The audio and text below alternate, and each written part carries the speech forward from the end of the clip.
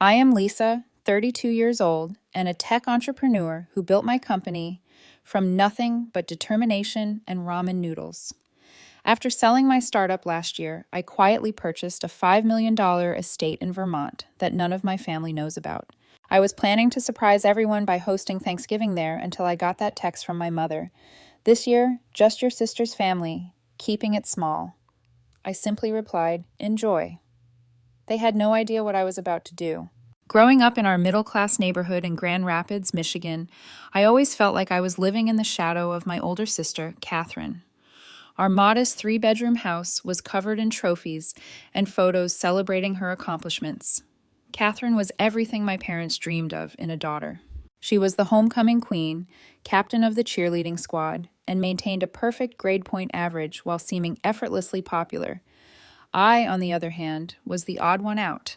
While Catherine was attending football games and going to school dances, I was building computers in my bedroom and coding my first simple programs. My parents never quite understood my interests. When I would try to explain my latest coding project, my father would smile politely before changing the subject to something Catherine had achieved. "Your sister just got accepted to the University of Michigan," my mother would announce at dinner, beaming with pride, "and she and Brad have been dating for 6 months now. I wouldn't be surprised if he proposes after graduation." Meanwhile, my acceptance into a computer science program at Stanford with a partial scholarship barely received acknowledgement. "California is so far away," my mother had said with a frown. "Are you sure you wouldn't rather stay closer to home like your sister?" The pattern of being treated as an afterthought continued throughout my college years.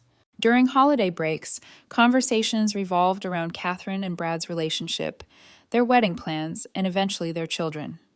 My parents transformed our childhood bedrooms after we moved out.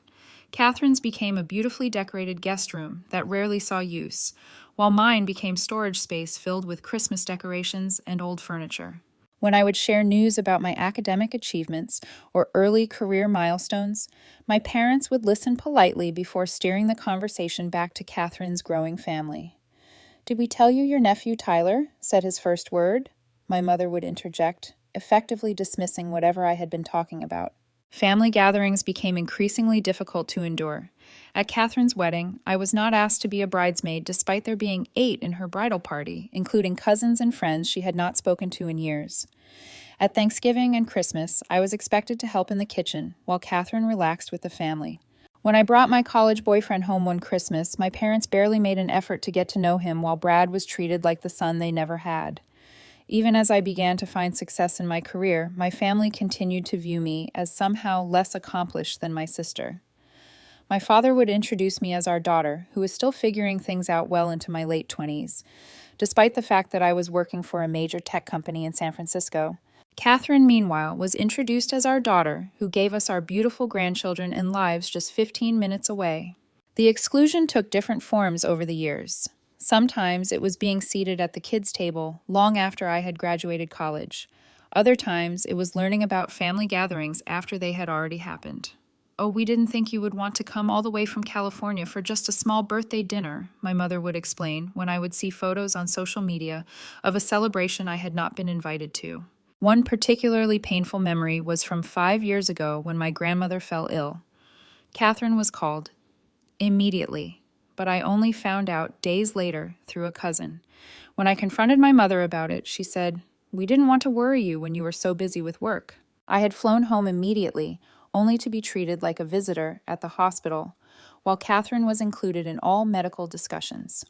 The constant dismissal of my worth and achievements created deep-seated insecurities that I channeled into my work. If my family would not see my value, I would prove it to myself and the world. I stopped seeking their approval around my 27th birthday after hearing my father tell a family friend that he didn't understand what I actually did for work, but Catherine just got promoted at the local bank. It was liberating to release the hope of ever being the favorite or even being seen clearly by my own parents. I focused entirely on building my career and creating my own support network of friends who valued me for exactly who I was. The less I sought my family's approval, the more I thrived professionally and personally. I developed a certain peace with our distant relationship, though the hurt never fully disappeared. I made a point of still showing up for important family events, sending thoughtful gifts for birthdays and anniversaries, and calling regularly to check in. I maintained the relationship out of love and respect, but with the understanding that I would never be central to their lives the way Catherine was. That realization was both painful and freeing. My parents never visited me in California, despite my many invitations. They always had a reason why it wasn't convenient, or why I should come to Michigan instead. Meanwhile, they vacationed with Catherine, Brad, and their children regularly. I saw the photos on social media of their trips to Disney World and summer vacations at Lake Michigan. Over time, I built a life I loved, independent of their validation. I created my own traditions, found a community that appreciated me, and pursued my passions without explanation or apology. The distance that had once felt like rejection became the space I needed to grow into myself fully. Little did my family know that the daughter they had underestimated for years was building something extraordinary. My path to success began in my freshman dorm room at Stanford. While other students were decorating their spaces with posters and fairy lights, I set up a makeshift workstation with a secondhand desk and the computer I had built myself. I was determined to make the most of my education, especially since I was working 3 part-time jobs to supplement my partial scholarship. Mornings started at 5:30 a.m. with my job at the campus coffee shop. Between classes, I tutored high school students in math and computer science. Evenings and weekends were spent answering phones at the university tech support desk. Sleep was a luxury I rarely afforded myself, but I was driven by a vision of what my future could be. My roommate, Zoe, would often return from parties to find me still awake coding or studying. "You work too hard," she would say, concerned. "College is supposed to be fun, too." But for me, every line of code was a step toward independence. Every all-nighter was an investment in never having to rely on my family's approval again. I graduated with honors, having already developed a small app that helped students coordinate study groups. It was nothing revolutionary, but it taught me valuable lessons about user experience and practical application of my skills. My first real venture into entrepreneurship came 2 years after college. I had been working at a mid-sized tech company, learning the industry and saving every penny I could. With my savings and a small loan from my former professor who believed in my vision, I launched a startup focused on streamlining communication for remote teams. This was years before remote work became mainstream, and the timing wasn't right. After 18 months of tireless effort, I had to admit defeat when we ran out of funding. The failure was devastating but educational. I moved into a tiny apartment in San Francisco with 3 roommates to cut costs while I regrouped. We shared a converted living room, divided by IKEA bookshelves for privacy, and I slept on a futon that doubled as my couch during the day. My desk was a door balanced on 2 filing cabinets, but it was enough for me to keep working on new ideas. My break came when I landed a position at Tech Forward, one of the fastest-growing companies in Silicon Valley. I started in a mid-level development role, but quickly distinguished myself by solving a major security issue that had been plaguing their main platform. Within 2 years, I was leading my own team and had caught the attention of the executive leadership. The experience and connections I gained at Tech Forward were invaluable, but I still had the entrepreneurial itch. I spent my evenings and weekends developing a new software concept focused on artificial intelligence applications for small businesses. This time, I was smarter about market research, timing, and the specific problem I was trying to solve. When I felt the concept was ready, I took the biggest risk of my career. I left my secure, well-paying job to found Secure Connect, pouring my entire savings into the venture. The first 6 months were terrifying.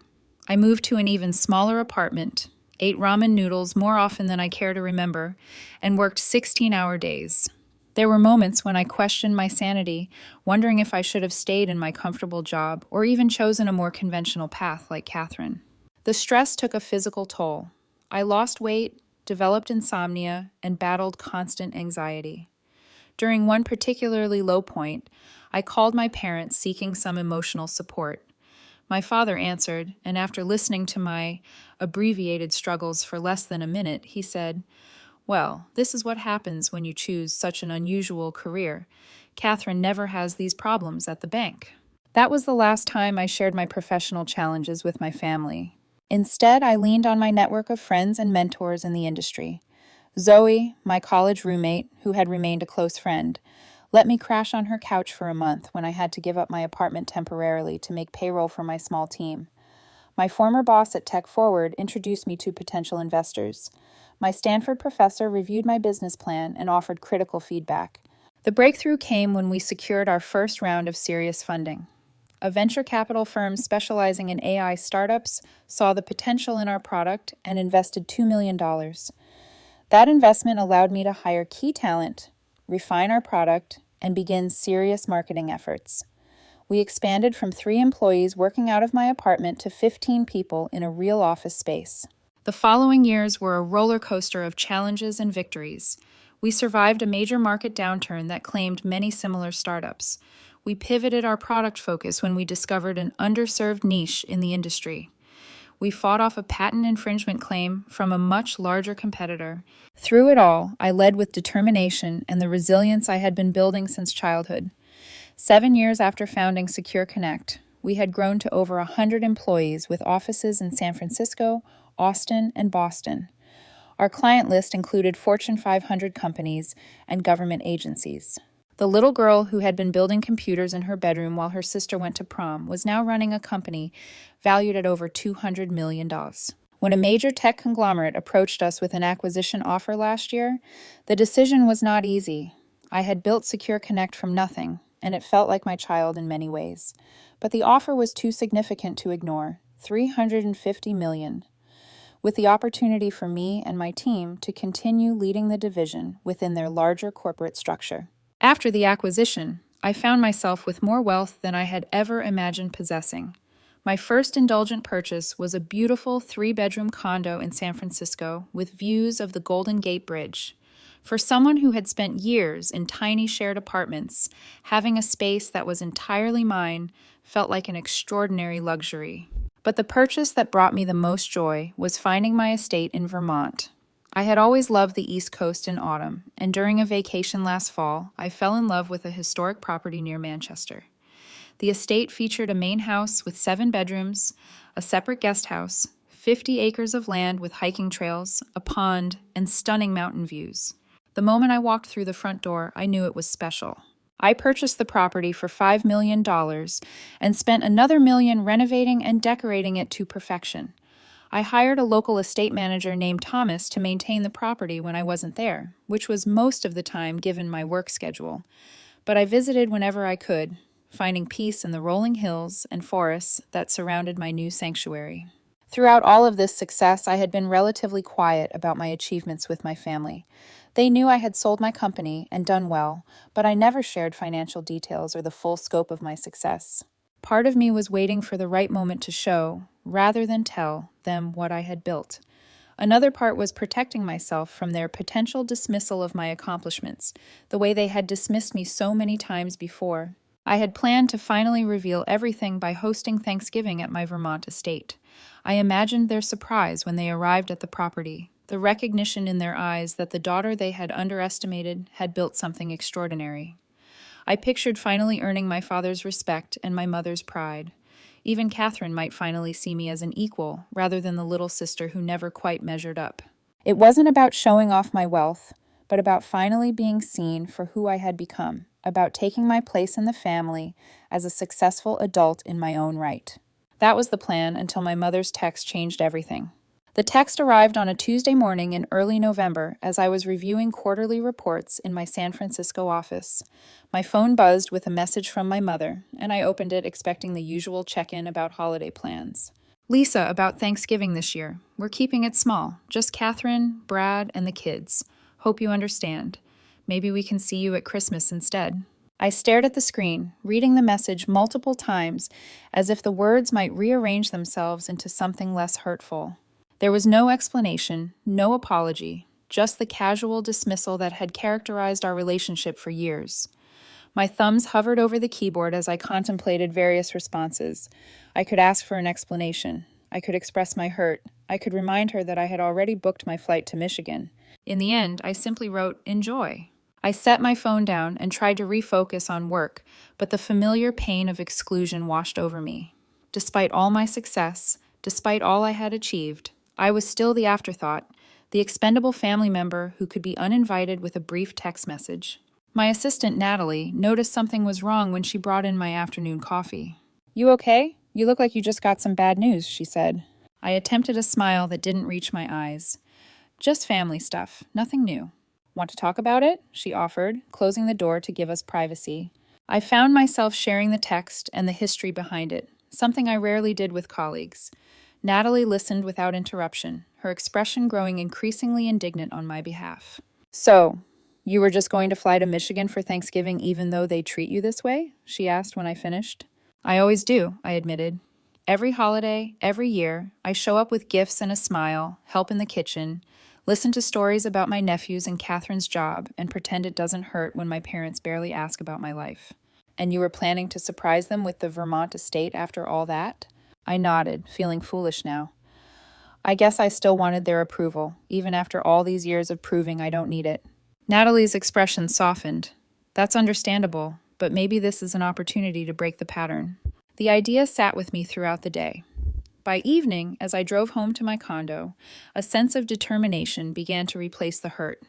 I had been accommodating my family's dismissal of me for too long. This year would be different. Once home, I poured a glass of wine and sat on my balcony, overlooking the city lights.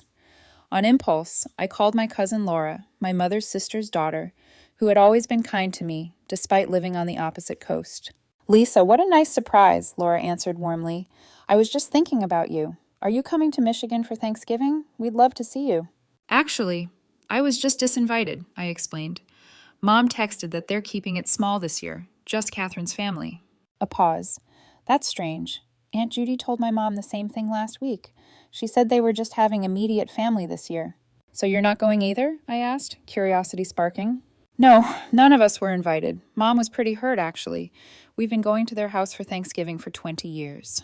Further calls to other family members revealed the same pattern. My mother's brother, Uncle Paul, and his family had been told they were taking a break from hosting extended family. My father's sister, Aunt Diane, had been told they were keeping it intimate this year due to some health concerns, though no one was actually ill. In total, more than 20 family members who usually gathered for our traditional Thanksgiving had been excluded. The only ones invited were Catherine, Brad, and their 3 children. The realization made the exclusion both more and less personal. I wasn't the only one uninvited, but the fact that only my sister's family was welcome still stung. My cousin Jacob, Uncle Paul's son, was particularly vocal about his disappointment. "I already bought plane tickets, Kia," he complained. "Your mom has hosted Thanksgiving for as long as I can remember. What are we all supposed to do now?" As he spoke, an idea began to form in my mind. "What if we still had Thanksgiving together?" I suggested. "Just not at my parents' house." "Where? A restaurant?" Jacob asked skeptically. "Everything will be booked by now." "I have a place," I said, making a split-second decision. "A house in Vermont, with plenty of room for everyone. What if I hosted Thanksgiving this year?" There was a pause on the line. "You have a house in Vermont? Since when?" "It's a recent purchase," I explained vaguely. "It's beautiful in the fall, and there's more than enough space for all of us." Jacob's enthusiasm was immediate, and over the next hour I made similar calls to other family members. To my surprise and growing excitement, almost everyone was receptive to the idea. My uncles, aunts, and cousins from both sides of the family quickly agreed to come to Vermont instead of Michigan.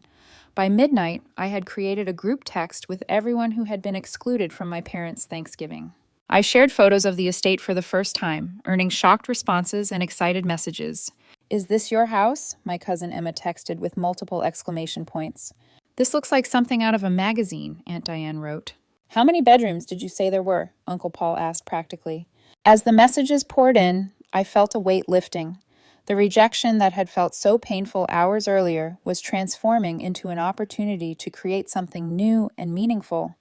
I was no longer the excluded daughter seeking a place at my parents' table. I was a host, opening my doors to others who had also been left out. The next morning, I expanded my guest list beyond family. I invited Zoe and other friends who had been my support system throughout my career. I included several employees who had mentioned they had no plans for the holiday. I reached out to my neighbors in Vermont, whom I had met briefly during my visits. Every acceptance brought a new wave of excitement and purpose. The Thanksgiving I had imagined sharing with my parents and sister was evolving into something potentially more significant, a gathering of people who truly valued each other's company. I called Thomas, my estate manager, to discuss preparations. He was surprised but delighted by the sudden plans. "How many guests should we expect, Miss Taylor?" "At least 30, possibly more," I replied. "And please, it's just Lisa." "30 guests?" he exclaimed.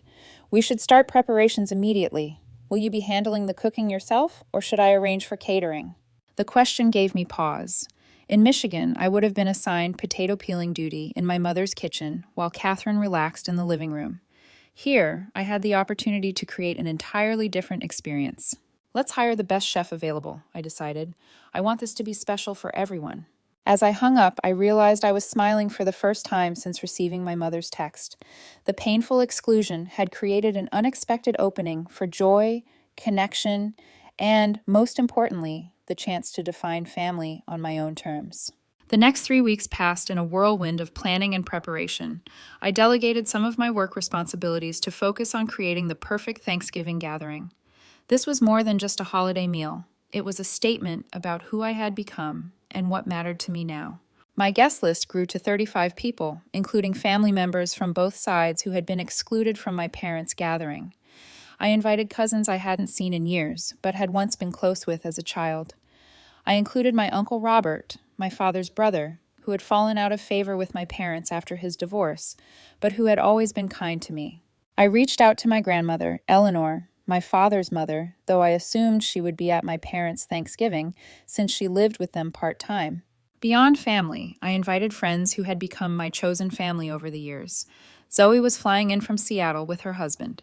3 of my earliest employees who had been with Secure Connect from the struggling startup days confirmed they would come.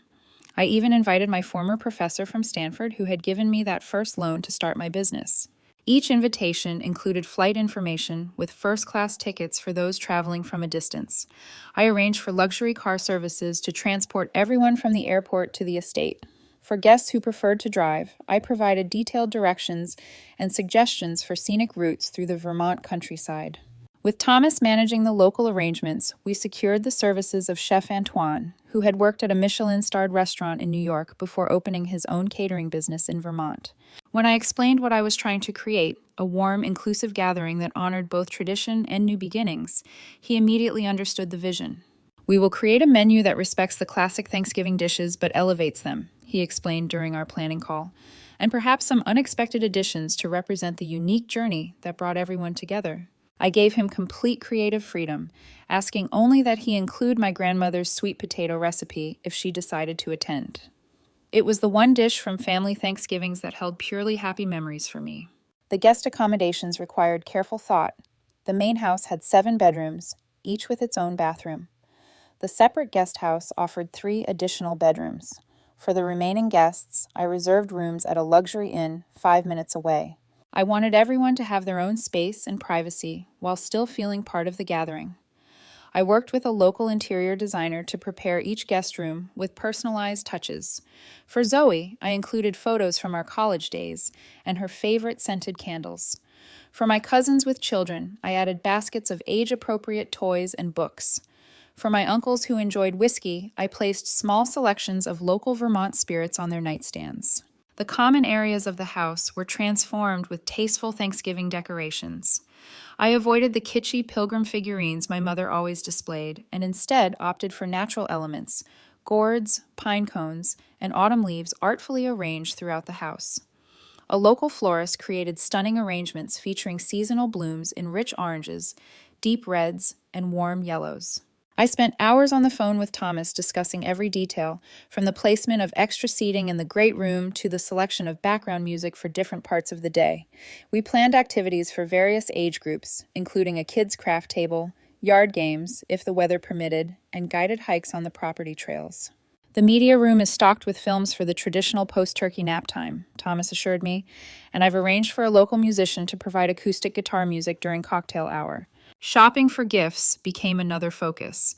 I wanted each guest to have something meaningful to take home, not just as a reminder of the gathering, but as an expression of genuine appreciation for their presence in my life. For my cousins, I found beautiful leather-bound journals with their initials embossed on the covers. For the children, I commissioned custom stuffed animals from a Vermont artisan. For my friends and former colleagues, I selected books that held special significance to our shared history. As the RSVPs continued to arrive, all confirming attendance, I felt a growing sense of anticipation. This gathering was taking on a significance beyond what I had initially imagined. It was becoming a powerful reclamation of the holiday and of what family could mean. I scheduled video calls with Thomas 3 times a week to check on progress. During one such call, he gave me a virtual tour of the estate's transformation. The dining room now featured 2 extended tables that could comfortably seat everyone together. The great room had been rearranged to create conversation areas while maintaining an open flow. The kitchen had been stocked with top-of-the-line equipment for Chef Antoine. We've also prepared the outdoor spaces, Thomas explained, panning the camera to show the stone patio where heaters had been installed to combat the November chill. The fire pit is ready for evening gatherings, and we have plenty of blankets for guests who want to enjoy the stars. I had hired a professional photographer to document the celebration, wanting to capture not just the beautiful setting, but the genuine connections between guests. There would be formal group photos, of course, but I was more interested in candid moments of joy and reunion.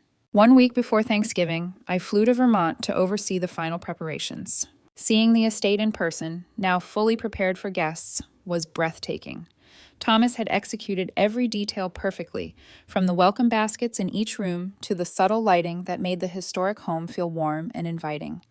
I walked through each space, imagining my family and friends filling the rooms with conversation and laughter. In the dining room, I ran my hand along the antique table where we would all gather. For a moment, I felt a pang of sadness, thinking about my parents and Catherine celebrating separately, unaware of what they were missing. But the feeling quickly passed, replaced by excitement for the new tradition I was creating. The night before guests were to arrive, I stood on the back porch looking out at the moonlit mountains. Chef Antoine and his team were already working in the kitchen, preparing items that could be made ahead. The house smelled of baking bread and simmering stocks.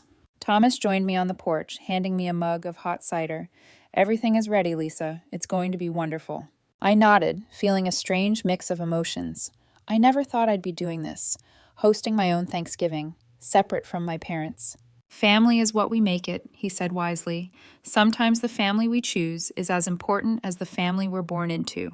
As I sipped my cider and looked out at the property that was now mine, I realized how true that was. Tomorrow, I would welcome people who truly wanted to be here, who valued me for exactly who I was. The little girl who had never quite fit in was now creating a space where everyone would belong. Thanksgiving morning dawned with a light dusting of snow that made the estate look like something from a holiday card.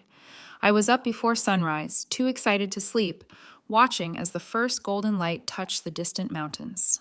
In a few hours, my guests would begin arriving, and the house would transform from a beautiful but quiet space into a home filled with life and connection. The first to arrive were my Uncle Robert and his new wife Susan, pulling up in their car just before 10 o'clock. I met them at the front door where Thomas stood, ready to take their luggage. "Lisa!" Uncle Robert embraced me warmly. "This place is absolutely incredible." As I showed them around the main floor of the house, I watched their expressions of amazement with a sense of quiet pride. "Your rooms are upstairs, the blue suite at the end of the hall," I explained. "I thought you might enjoy the mountain view." "You own all of this?" Susan asked, gesturing to the expansive property visible through the floor-to-ceiling windows. "I do," I confirmed simply. "It's been a good few years." By 11:30, cars and shuttle vans were arriving regularly. Each new group of guests entered with exclamations of surprise and delight as they took in the estate. My cousins, Jacob and Emma, who remembered me as the quiet girl tinkering with computers at family gatherings, were particularly stunned. "When you said you had a place in Vermont, I pictured a cabin or something," Jacob admitted, as I showed him the media room with its state-of-the-art projection system. "This is unbelievable, Lisa." Emma embraced me tightly. "I always knew you'd do amazing things," she whispered. "I'm so proud of you." Her words touched me deeply. Here was the recognition and pride I had sought from my parents for so many years, offered freely by a cousin who had actually been paying attention to my journey.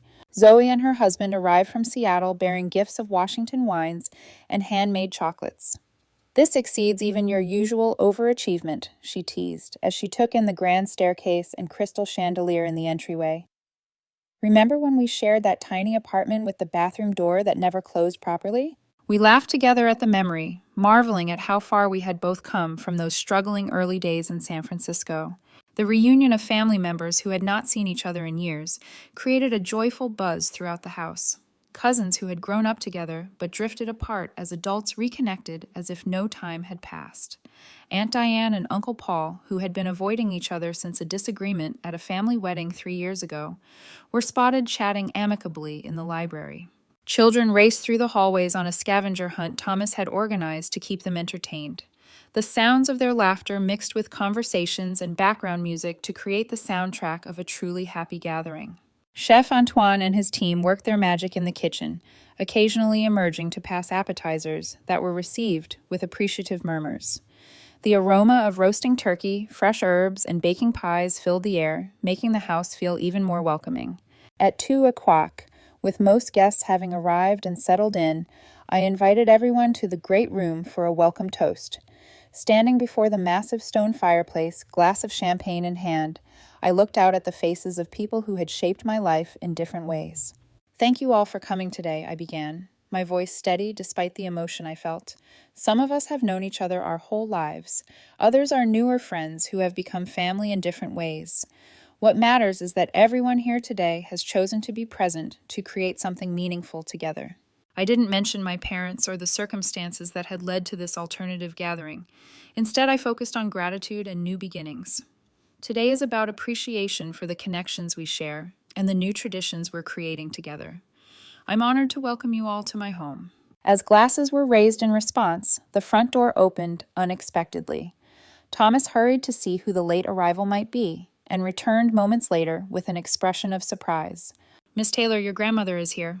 A hush fell over the room as my grandmother Eleanor entered, assisted by her part-time caregiver, Maria. At 87, she moved slowly but with the same dignity and grace that had always characterized her. I set down my glass and crossed the room to embrace her. "Grandma, I didn't think you'd be able to come." I helped her to a comfortable seat near the fire. She patted my hand affectionately. "Did you think I'd miss my favorite granddaughter's first time hosting Thanksgiving? When I heard what you were doing, I told your father I had a headache and needed to stay home. Then Maria helped me arrange transportation." Her eyes twinkled mischievously. "Sometimes at my age, you have to be a little sneaky to do what you want." The gathering continued with renewed energy after my grandmother's arrival. She held court in the great room, sharing family stories many had never heard before. Several of my cousins sat at her feet like children at story time, despite being in their 30s and 40s. At 4:00, Thomas announced that dinner was ready. We moved to the dining room where the tables had been set with fine china, crystal, and silver, each place marked with a hand-calligraphed name card. Candles and fresh flowers ran the length of both tables, creating an atmosphere of elegant warmth. Chef Antoine presented each course with a brief explanation of the ingredients and preparation. The traditional turkey had been brined for 3 days before roasting. The stuffing featured local mushrooms foraged from the Vermont woods. Even the cranberry sauce was special, made with berries harvested from a bog on the property. For my grandmother's sweet potato dish, Chef Antoine had followed her recipe exactly, then presented it to her for approval before serving. Her smile of satisfaction was one of my favorite moments of the day. Conversation flowed as freely as the wine, with none of the tension or awkward silences that often characterized my parents' Thanksgiving table. Here, there was no hierarchy, no favorites, no comparisons between cousins or siblings. Everyone was valued equally as a guest in my home. After dinner, as dusk fell over the mountains, we gathered on the back patio where the heaters and fire pit kept us comfortable despite the November chill. The photographer captured candid shots of guests, wrapped in blankets, warming their hands with mugs of hot cider or glasses of whiskey, faces illuminated by firelight as they shared stories and laughter. My former professor raised his glass in an impromptu toast. To Lisa, who has always seen possibilities where others saw obstacles, "You've created something truly special here today, just as I knew you would when you first came to me with your business plan all those years ago." As the evening progressed, someone suggested we each share what we were thankful for this year. The tradition took on new meaning in this gathering of people who had chosen to be together despite other options. Answers ranged from heartfelt to humorous, but the common thread was appreciation for authentic connection. When it was my grandmother's turn, she looked directly at me. I am thankful for brave people who create their own path when the usual road doesn't work for them, and I am thankful to be here to witness it. Later, as some guests drifted to the media room for football games and others helped children get ready for bed, I found a quiet moment alone with my grandmother on a window seat overlooking the now dark mountains. "I'm so proud of what you've built, Lisa," she said softly. "Not just this beautiful home, but the life you've created on your own terms." "Thank you for coming today," I replied, holding her frail hand in mine. "It means everything to have you here." She squeezed my hand. "Your parents and Catherine don't know what they're missing, but I suspect they'll find out soon enough." I raised an eyebrow questioningly. My grandmother smiled. "Emma's been posting photos all day. Your cousin Patrick has been live streaming parts of the dinner. In this age of social media, nothing stays private for long." She was right, of course. Throughout the day, guests had been taking photos and videos, sharing them on various platforms with captions like, "Best Thanksgiving ever," and "Who needs Michigan when you have Vermont?" I had been too busy hosting to think about the implications, but now I realized my parents would inevitably see evidence of our gathering. That night, after the last guests had retired to their rooms or the nearby inn, I sat alone in the library with a final glass of wine. The house was quiet but not empty, filled with the lingering energy of the day's celebrations. For the first time in my adult life, I had experienced a holiday that felt completely right, surrounded by people who saw and appreciated me for exactly who I was. I opened my phone and scrolled through some of the photos that had been shared. There were beautiful shots of the estate, the food, and most importantly, the genuine joy on people's faces.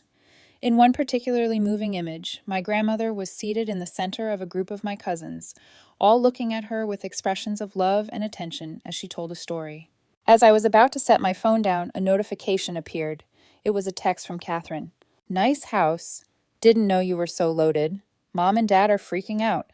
I smiled to myself, turned off my phone, and went upstairs to bed.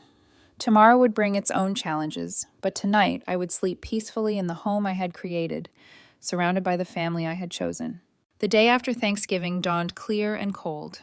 Many guests chose to sleep in after the festivities, but I was up early, enjoying coffee in the kitchen with Chef Antoine as he prepared a breakfast buffet. We were discussing his plans for using the leftover turkey when my phone began buzzing repeatedly with incoming calls and texts. I glanced at the screen to see multiple notifications from my mother, father, and Catherine. I silenced the phone and set it aside, determined to focus on my remaining guests rather than family drama. This weekend was about new traditions and connections, not reopening old wounds. After breakfast, some guests departed with warm hugs and promises to stay in touch. Others accepted my invitation to stay the weekend, eager to explore the property and nearby Vermont attractions. My grandmother announced her intention to stay, "as long as you will have me, dear," which delighted me immensely. By mid-afternoon, as I was organizing a group hike to the pond, my phone had accumulated 15 missed calls and 27 text messages. Zoe noticed my distraction and took over guiding the hikers, allowing me a moment of privacy to deal with the situation. In the quiet of the library, I finally opened the messages. They ranged from confused to angry, with my mother demanding explanations and my father expressing hurt and bewilderment. Catherine's texts were the most pointed, accusing me of showing off and trying to make them look bad.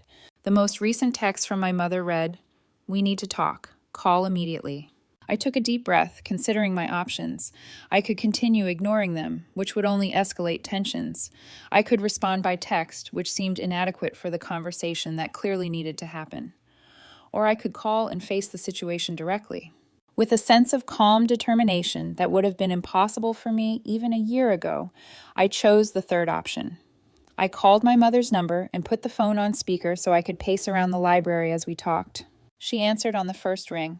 "Lisa, finally. What in the world is going on? Why are there pictures all over Facebook of you hosting Thanksgiving at some mansion in Vermont? And why is your grandmother there?"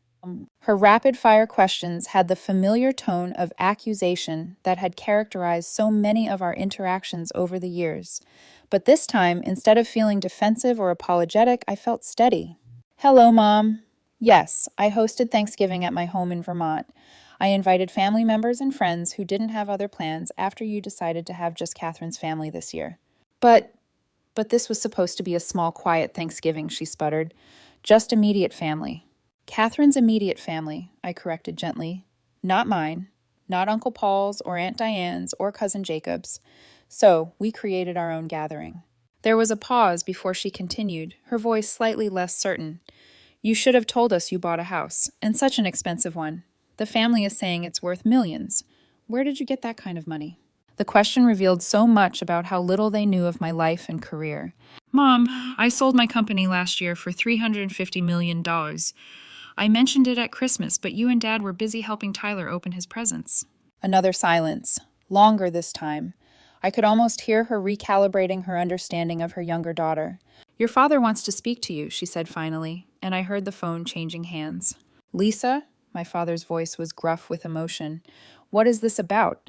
Are you trying to make some kind of point by taking the family to Vermont instead of coming home for Thanksgiving? His framing of the situation was so telling. The assumption that I must be acting out of spite rather than simply creating something positive from their rejection. No, Dad, I'm not trying to make a point. When Mom texted that I wasn't welcome this year, I made other plans. It turned out a lot of the family had received similar messages, so I invited them to join me. It was a wonderful gathering. Not welcome? He sounded genuinely confused. That's not what we meant at all. We were just trying to keep it small this year.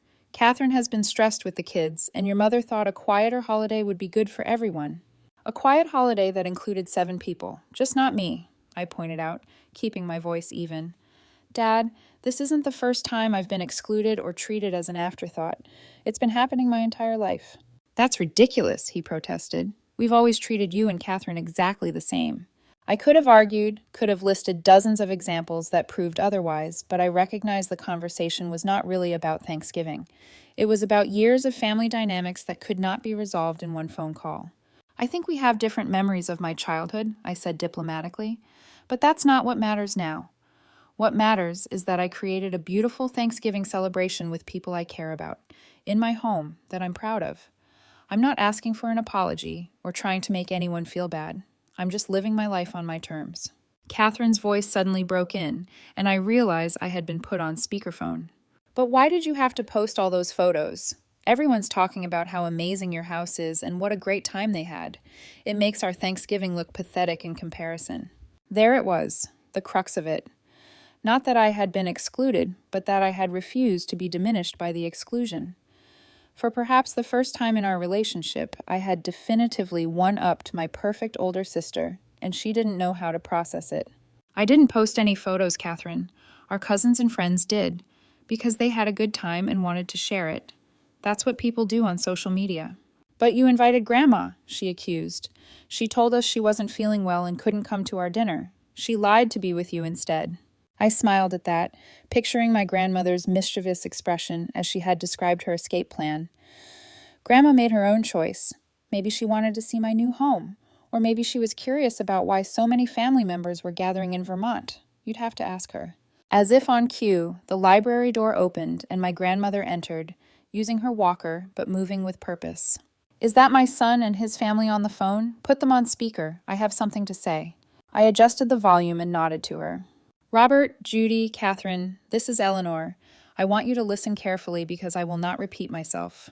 What you did, excluding Lisa and then acting surprised when she created something beautiful without you, is exactly why I chose to be here instead of there. Her voice was strong, each word deliberate. This family has taken this child for granted for far too long, always placing her second to her sister. I have watched it happen year after year, and I have been just as guilty by not speaking up sooner. I felt my chest tighten as she went on. Lisa has built an extraordinary life through her own hard work and determination. She has a successful career, a beautiful home, and the generosity of spirit to share it with others. Instead of being jealous or defensive, you should be proud. I certainly am. There was stunned silence on the other end of the line. Finally, my father spoke, his voice uncharacteristically subdued. Mom, I think you're exaggerating. We've always loved both our daughters equally. Love is not just words, Robert, my grandmother said firmly. It is attention. It is interest. It is making space at your table and in your heart. By that measure, you and Judy have failed Lisa repeatedly. My mother's voice broke in, tearful now. That's not fair. We have always supported both girls. When was the last time you visited Lisa in California? My grandmother challenged. When was the last time you asked detailed questions about her work or her life? When was the last time you put her first, even once, over Catherine and her family? The silence that followed was answer enough. I am staying in Vermont through the weekend, my grandmother continued. Next week, when I return, we will have a family discussion about how things need to change going forward. For now, I suggest you all reflect on the choices that led to this situation. With that, she nodded to me to end the call. I tapped the screen, and the library fell quiet except for the crackling of the fire. You didn't have to do that, Grandma, I said softly, moving to stand beside her. Yes, I did. It was long overdue. She looked around at the beautiful room with its floor-to-ceiling bookshelves and comfortable leather chairs. Now, I believe some of your guests were planning a hike. An old woman like me might prefer to sit by the fire with a good book, if you have a recommendation. I smiled and selected one of my favorites from the shelf, helping her settle into the most comfortable chair before rejoining my guests outside. As we walked the trails around the property, I felt lighter somehow, as if my grandmother's words had released me from a burden I had carried for years. Later that evening, as we gathered for a casual dinner of Thanksgiving leftovers, reimagined by Chef Antoine, my phone buzzed with a text from Catherine. I have always been jealous of you, Lisa. Your freedom, your brilliance, your ability to create your own path. I took comfort in being the favorite because it was the only area where I felt I could win. I'm sorry for the role I played in pushing you aside. Congratulations on all you have achieved. You deserve it. I read the message twice, surprised by the admission and unsure how to respond. It was the first time Catherine had ever acknowledged the dynamic between us, the first crack in the perfect sister facade she had maintained throughout our lives. Before I could reply, another text arrived, this one from my father. Your grandmother is right. We have not been fair to you. I didn't realize how successful you had become because I never really asked. I'm proud of you, Lisa. I should have told you that long ago. And finally, from my mother. The house looks beautiful in the photos. Perhaps we could visit sometime and see it in person. I set the phone down without responding immediately, wanting to sit with these unexpected developments and decide how I truly felt before engaging further. The path to healing family relationships would be long and uncertain, requiring more than a few apologetic texts. For now, I rejoined my guests at the dinner table, where laughter and conversation flowed freely among people who had chosen to be together. Whatever happened with my parents and sister in the coming weeks, I had created something valuable here, a new definition of family based on mutual respect and genuine connection. That felt like the most meaningful Thanksgiving gift of all. As November gave way to December, the Vermont estate returned to its quiet state. The last guests had departed, leaving behind memories of laughter, connection, and new traditions. I returned to San Francisco temporarily to oversee end-of-year business matters, but my thoughts often drifted to the approaching Christmas holiday and the uncertain state of my family relationships. In the weeks following Thanksgiving, communication with my parents and Catherine had been cautious but consistent. Short texts evolved into longer emails, and eventually phone calls that felt different from our previous interactions. There was a tentative quality to our conversations, as if we were all feeling our way through unfamiliar territory. My grandmother, true to her word, had facilitated a family meeting upon her return to Michigan. She later reported to me that difficult truths had been spoken, tears had been shed, and commitments to change had been made. Whether those commitments stick remains to be seen, she added pragmatically. But awareness is the first step toward transformation. As Christmas approached, I faced a decision. I could spend the holiday with friends in California, travel somewhere exotic, or extend an invitation to my immediate family to join me in Vermont. Despite the progress in our communications, I hesitated, protective of the peace I had found in creating my own traditions. In the end, it was my grandmother who tipped the scales. Healing happens in small steps, dear one, she said during one of our regular phone calls. You have the opportunity to rebuild something on new foundations. That doesn't mean forgetting the past or pretending the hurt never happened. It means creating space for something different to grow alongside the memory of what was. With that wisdom guiding me, I sent a carefully worded email to my parents and Catherine, inviting them to spend Christmas at my Vermont estate. This is not about erasing what has happened between us, I wrote. It is about the possibility of something new. I would like you to see my home and share in this part of my life, if you are willing. Their acceptance came within hours, along with questions about travel arrangements and what to pack for Vermont in December. On December 23rd, I stood in the entryway of my home, watching through the windows as the car carrying my parents and Catherine approached up the long driveway. Brad and the children had remained in Michigan with his family this year, making this a gathering of just our original family unit for the first time in many years. As they stepped from the car, expressions of amazement were already visible on their faces as they took in the scale and beauty of the property. I felt a complex mix of emotions, lingering hurt, certainly, but also a cautious hope that something valuable might emerge from the painful revelations of the past month.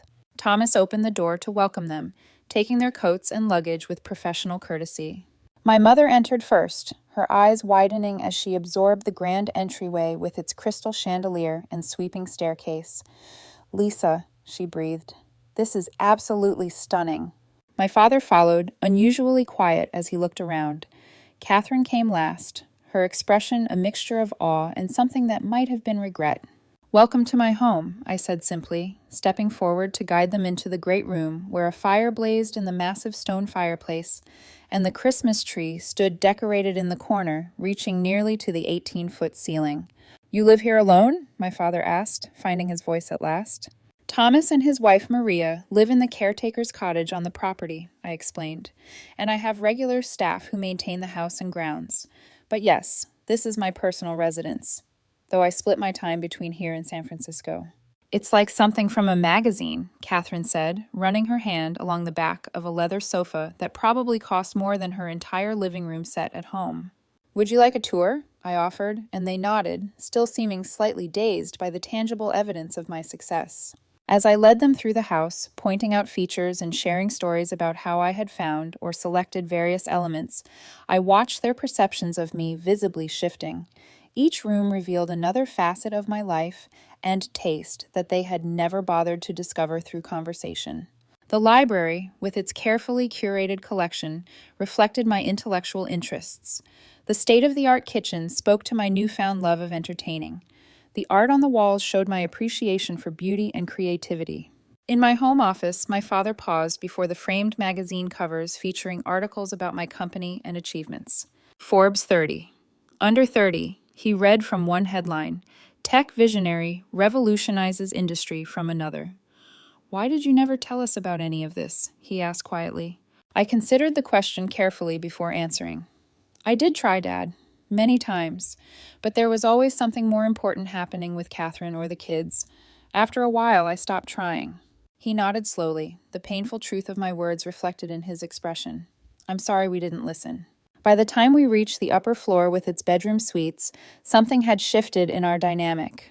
My parents and sister were seeing me clearly, perhaps for the first time, not as the afterthought daughter or the little sister who never quite measured up, but as a successful, independent woman who had built something remarkable. I showed them to their rooms, each prepared with the same thoughtful touches I had provided for my Thanksgiving guests. "Dinner will be at 7, I explained. "Thomas has prepared something special for our first night together." Left alone to settle in, I retreated to my own suite, needing a moment to process the emotional complexity of having my family in my space. It was strange and somewhat vulnerable to have them here in the sanctuary I had created, apart from their judgment and expectations. When we gathered for dinner that evening, the conversation was initially stilted, all of us aware of the unspoken history between us. Thomas and Maria served a beautifully plated winter feast. Roast duck with cherry glaze, creamy parsnip puree, and spiced poached pears for dessert. The food gave us something safe to comment on at first, and gradually, the tension in the room eased. My mother asked questions about my work that showed genuine interest rather than polite obligation.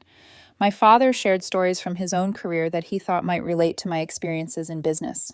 Catherine spoke with surprising openness about her own insecurities and the pressure she had felt to maintain her status as the successful daughter.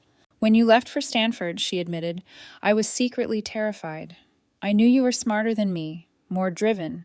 I was afraid you would outshine me, and then I would lose the one thing I felt I had, being the daughter Mom and Dad bragged about." "So you made sure to keep me in my place," I said, not accusingly, but seeking understanding. She nodded, looking ashamed. "It wasn't always conscious, but yes. And Mom and Dad made it easy because they were so focused on my life, my kids." "We failed you both in different ways," my mother said quietly. "Catherine, we put too much pressure on you to be perfect. Lisa, we didn't give you the attention and recognition you deserved. I see that now, and I am truly sorry. The conversation continued late into the evening, moving from the dining room to the great room where we sat before the fire.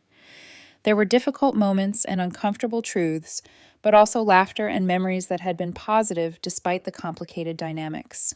It wasn't a complete healing, but it was a beginning. The following days brought additional moments of connection and revelation. We explored the property together, bundled in winter coats for walks along the snowy trails. We played board games before the fire and watched Christmas movies in the media room. My father and I had a long conversation about investments and financial planning, his area of expertise finally finding relevance in my life. My mother helped me wrap gifts for the staff and local families I had adopted for the holidays. On Christmas morning, as we gathered around the tree to exchange presents, I was struck by how different this felt from holidays past. There was an awareness and intentionality that had been missing before, a sense that we were all making an effort to see and hear each other more fully. The gifts reflected this new understanding. Rather than the generic clothing or bath sets my parents usually gave me, they had selected books by authors I loved and artwork that complemented my home's aesthetic. Catherine had commissioned a painting of the San Francisco skyline from a local Michigan artist, a thoughtful nod to my West Coast life. For my part, I had chosen gifts that acknowledged their interests and needs rather than their expectations. For my father, rare first editions of financial history books he had mentioned wanting. For my mother, a weekend spa retreat with her friends that she had been putting off as an unnecessary luxury. For Catherine, a family portrait session with a renowned photographer and a weekend away for just her and Brad, while I would take care of their children. As the day progressed into evening, with Christmas dinner served and crackers pulled, my mother raised her glass in a toast. To new beginnings, she said, her eyes meeting mine with genuine warmth, and to our remarkable daughter, Lisa, who had the courage to create her own path and then invite us to walk it with her for a while. The acknowledgement brought unexpected tears to my eyes. It was what I had wanted for so long, simple recognition of my worth and place in the family. The fact that it had taken such dramatic circumstances to achieve it was both sad and, somehow, appropriate.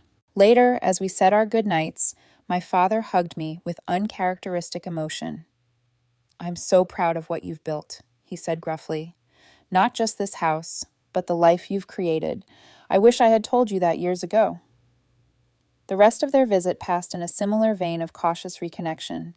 There were still moments of tension, old patterns threatening to reassert themselves, but we were all more aware now, more intentional about creating something healthier. When they departed 2 days after Christmas, the goodbyes were warmer and more genuine than any I could remember from previous visits. My mother hugged me tightly. "Thank you for giving us another chance," she whispered. "We don't deserve it, but I'm grateful."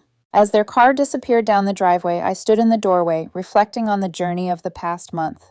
What had begun with a painful exclusion had led to a profound shift in my family dynamics and my own relationship with belonging. I had discovered that creating my own traditions and defining family on my own terms was not just a reaction to rejection, it was a powerful act of self-authorship. The following days brought a flurry of texts and emails from extended family and friends who had been part of the Thanksgiving gathering, many asking if it would indeed become an annual tradition. Their enthusiasm confirmed what I already knew. The connections formed or strengthened during that weekend were worth nurturing. As the new year approached, I made decisions about my time and priorities that reflected the lessons of recent months. I would maintain my independence and the life I had built, continuing to host inclusive gatherings at my home. I would also make space for a new kind of relationship with my parents and sister, one based on mutual respect rather than old patterns of favoritism and exclusion. The path forward would not be without challenges. Decades of family dynamics could not be transformed by one difficult conversation or even one meaningful holiday. But awareness had been created that could not be undone, and with it, the possibility of something healthier and more authentic. Standing on my back porch on New Year's Eve, watching the last sunset of the year paint the mountains in shades of gold and pink, I felt a profound sense of peace. The journey from exclusion to empowerment had been painful at times, but ultimately liberating.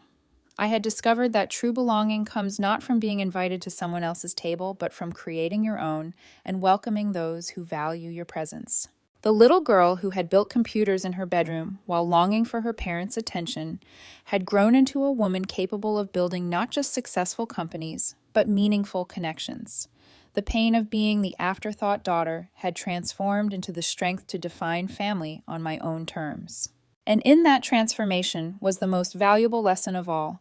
Sometimes the most beautiful traditions arise from the courage to create something new from the ashes of rejection.